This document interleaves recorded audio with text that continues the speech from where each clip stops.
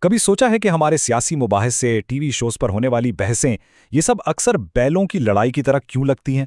آج ہم ڈاکٹر ظفر اقبال کے ایک بڑے دلچسپ مضمون کو سمجھنے کی کوشش کریں گے، جس میں انہوں نے اسی سوال کا جواب دینے کے لیے ایک بہت ہی کمال کا استعارہ استعمال کیا ہے۔ اب یہ تصویر دیکھیں، دو بیل آپس میں لڑ رہے ہیں۔ یہ صرف ایک آپ کہہ لیں کہ جانوروں کا ایک ٹکراؤ نہیں ہے، یہ ایک بہت گہرا سوال کھڑا کرتا ہے۔ سوال یہ ہے کہ کیا جانوروں کا یہ رویہ کہیں نہ کہیں ہمارے اپنے سماجی مکالموں کی عکاسی تو نہیں کرتا؟ اور آج کا ہمارا سارا تجزیہ اسی سوال کے ارد گرد گھومے گا۔ اچھا، اس استعارے کی گہرائی میں جانے سے پہلے ہمیں تھوڑا سا پیچھے جانا ہوگا تاریخ میں، کیونکہ برِ صغیر میں انسانوں اور بیلوں کا جو رشتہ تھا وہ صرف کام کاج کا نہیں تھا، نہیں، یہ تو بقاء اور ترقی کی ایک ایسی پارٹنرشپ تھی جو صدیوں پرانی ہے۔ ذرا تصور کریں، پاکستان سے لے کر بنگلہ دیش تک پھیلا یہ پورا خطہ، یہاں صدیوں تک زراعت کا جو اصل انجن تھا وہ یہی بیل تھا۔ سچ پوچھیں تو اس کے بغیر کھیتی باڑی کا تو سوچا بھی نہیں جا سکتا تھا، اور یہی وہ پارٹنرشپ تھی جس نے ہماری مشترکہ تاریخ کی بنیاد رکھی۔ دیکھیں، بیل صرف ایک جانور نہیں تھا، بلکہ اس سے کہیں بڑھ کر تھا۔ اسے محنت، استقامت اور انکساری جیسی خوبیوں کی ایک زندہ مثال سمجھا جاتا تھا۔ اور یہ جو تصویر ہے نا ریہڑ چلاتے ہوئے، یہ تو بالکل صحیح دکھا رہی ہے کہ دیہی زندگی میں اس کا کردار کتنا مرکزی تھا۔ اور کام کیا کیا کرتا تھا، ذرا اس لسٹ پر نظر ڈالیں۔ کھیتوں میں ہل چلانے سے لے کر گندم پیسنے تک، مطلب ہر کام میں ماہر۔ بیل ایک آپ کہہ لیں کہ ناقابل یقین حد تک ورسٹائل ساتھی تھا۔ یہ صرف ایک جانور نہیں تھا، یہ ہماری معیشت کی ریڑھ کی ہڈی تھا۔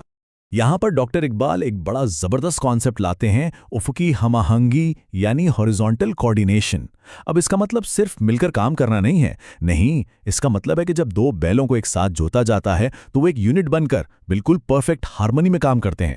اصل میں ٹیم ورک کا یہ سبق ہم نے انہی جانوروں سے سیکھا تھا۔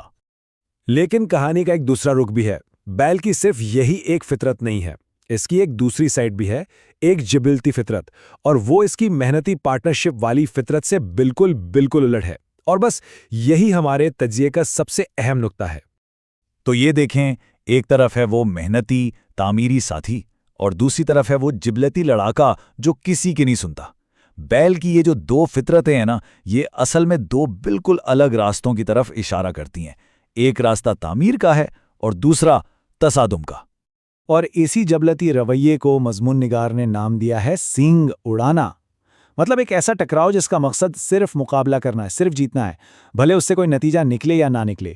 یہ رویہ ہے تو نیچرل، لیکن سوال یہ ہے کہ کیا یہ کسی کام کا بھی ہے، کیا یہ تعمیری ہے؟ تو اب ہم آتے ہیں مصنف کی اصل تنقید پر۔ وہ یہ پوچھتے ہیں کہ ہم نے یعنی ہمارے معاشرے نے بیل کی ان دو فطرتوں میں سے کس کو اپنایا ہے؟ کیا ہم نے تعمیری شراکت داری کو چنا یا پھر اس جبلتی لڑائی کو؟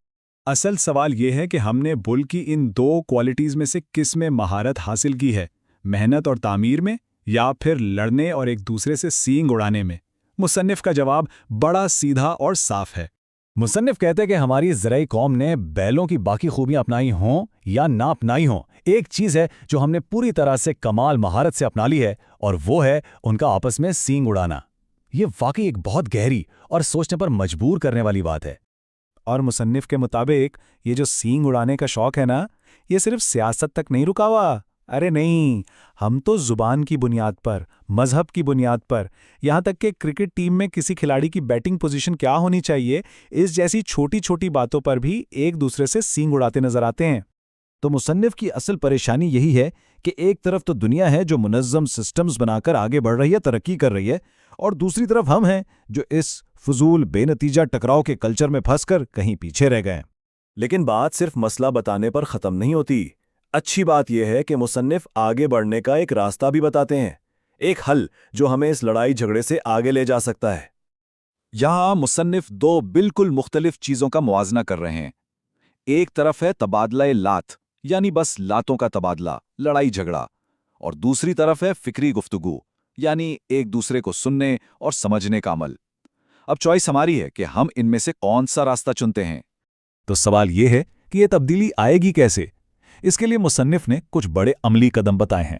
پہلا، کسی کو سنیں تو سمجھنے کے لیے سنیں، صرف جواب دینے کی جلدی میں نہیں۔ دوسرا، جو آپ سے الگ سوچتا ہے اس کی رائے کا احترام کریں۔ اور تیسرا، یہ ضد چھوڑ دیں کہ سامنے والے کو بدل کر ہی رہنا ہے۔